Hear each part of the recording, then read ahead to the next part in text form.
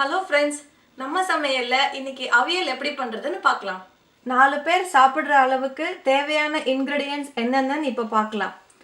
2 carrot, 10 beans, 1 cup பச்சை பட்டாணி, 1 வாழைக்காய் தோல் சீவி கட் பண்ணி வச்சுருக்கேன், கொஞ்சம் தேங்காய், 1 ஸ்பூன் சீரகம், 2 பச்சை மிளகா, 1 ஸ்பூன் தயிர், உப்பு தேவையான அளவு, 2 ஸ்பூன் தேங்காய் எண்ணெய். கடாயை ஹீட் பண்ணி கொஞ்சமாக கோகனட் ஆயில் போடணும். அடுத்து இதில் இந்த வெஜிடபிள்ஸை போட்டு லைட்டாக வதக்கணும்.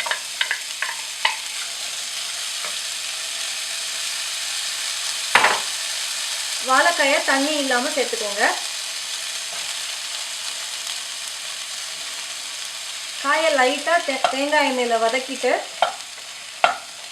நம்ம மூடி போட்டு வேக வைக்க போகிறோம். இப்போ காய் நல்லா வதங்கிடுச்சு. உப்பும் தண்ணியும் சேர்த்து மூடி போட்டு ஒரு 10 நிமிஷம் வேக விடலாம்.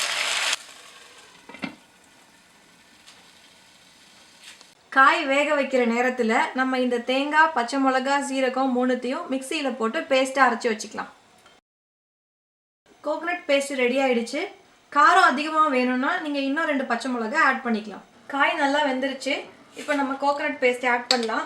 அவியலுக்கு ரொம்ப தண்ணி தேவையில்லை. கொஞ்சமாக ஆட் பண்ணி ரா ஸ்மெல் போகிற வரைக்கும் கொதிக்க விடுங்க. இப்போ பச்சை வாடை போய் நல்லா கொதி வந்துருச்சு. இப்போ இன்னும் கொஞ்சம் தேங்காய் எண்ணெயை ஆட் பண்ணிக்கோங்க. தேங்காய் எண்ணெயை நல்லா மிக்ஸ் பண்ணதுக்கப்புறம் அடுப்பை நிறுத்திட்டு இதை கொஞ்சம் நேரம் ஆற விடுங்க. காய் நல்லா ஆறிடுச்சு. இதோட கடைசியாக நமக்கு தயிர் சேர்த்தா அவியல் ரெடி ஆயிடுச்சு. சிம்பிளான இந்த அவியல் ரெசிபியை ட்ரை பண்ணி பாருங்கள்.